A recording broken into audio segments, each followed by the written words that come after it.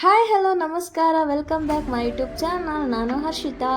Guys, ಇವತ್ತಿನ blog ಏನಪ್ಪ ಅಂತಂದರೆ, ಈ ವ್ಲಾಗು ನಿನ್ನೆದು ಅಥವಾ ಇವತ್ತಿನ ಬ್ಲಾಗ್ ಅಲ್ಲ ಗೈಸ್, ಇದು ಸಂಡೇ ಬ್ಲಾಗು. ನಮ್ಮ ಮನೇಲಿ ಪಿತೃಪಕ್ಷ ಮಾಡಿದ್ವಿ, ಅವತ್ತು ಮಾಡಿರೋ ಬ್ಲಾಗು ನಿನ್ನೆನೇ ಅಪ್ಲೋಡ್ ಮಾಡಬೇಕಿತ್ತು. ಬಟ್ ಟೈಮ್ ಸಾಕಾಗಿಲ್ಲ ಅನ್ನೋ ಕಾರಣಕ್ಕೆ ಇವತ್ತು ಎಡಿಟ್ ಮಾಡಿ ಅಪ್ಲೋಡ್ ಮಾಡ್ತಾ ಇದ್ದೀವಿ.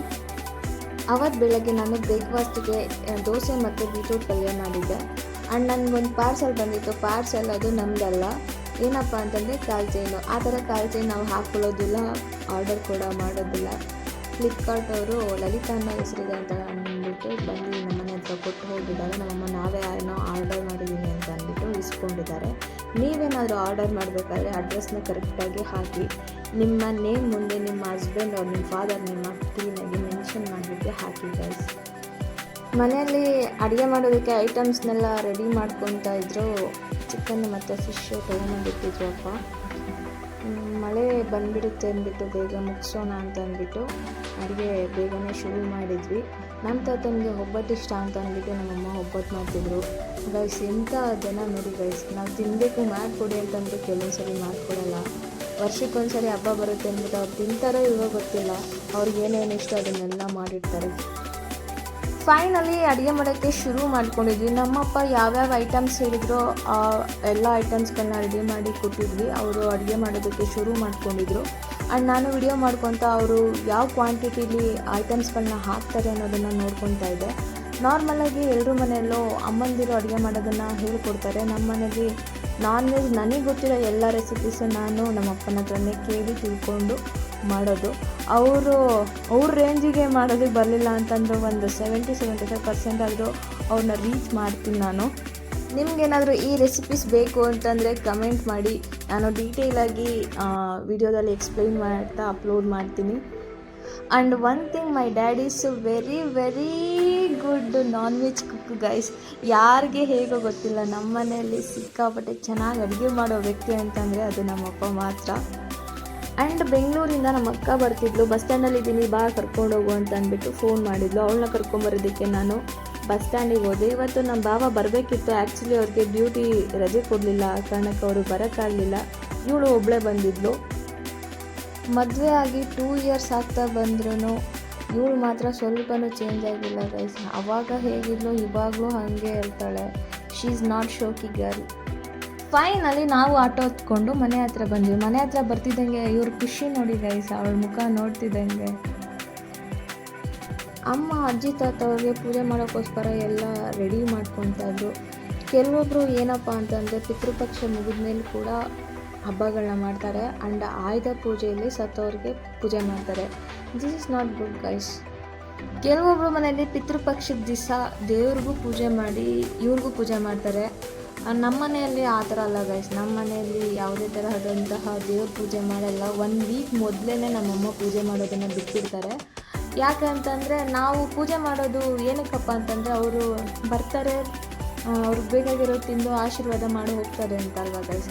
ಈಗ ಸತ್ತೋಗಿರೋರು ದೇವ್ರುಗಳನ್ನ ನೋಡಿದ್ರೆ ಎಲ್ಲಿ ಬರ್ತಾರೆ ಗೈಸ್. ಅದಕ್ಕೆ ನಮ್ಮ ಮನೆಯಲ್ಲಿ ಯಾವುದೇ ತರಹದ ದೇವ್ರ ಪೂಜೆಗಳನ್ನ ನಾವು ಮಾಡಲ್ಲ. ಫೈನಲಿ ಎಲ್ಲ ರೆಡಿ ಆಗಿತ್ತು. ನಮ್ಮಪ್ಪ ಪೂಜೆ ಮಾಡಿದ್ರು. ಅವರು ಪೂಜೆ ಮಾಡಾದ್ಮೇಲೆ ನಾನು, ನಮ್ಮ ಅಕ್ಕ, ನಮ್ಮ ಅತ್ತೆ, ಆಂಟಿ, ನನ್ನ ತಮ್ಮ, ತಂಗಿ ಎಲ್ಲರೂ ಪೂಜೆ ಮಾಡಿಬಿಟ್ಟು ನಾವು ಒಂದು 1/2 ಅವರ್ ಡೋರ್ ಸ್ವಲ್ಪ ಮುಂದೆ ಬಿಟ್ಬಿಟ್ಟು ಆಚೆ ಹೋಗಿ 1/2 ಅವರ್ ಆದಮೇಲೆ ನಾವು ಮತ್ತೆ ಮನೆ ಒಳಗಡೆಗೆ ಬಂದ್ವಿ.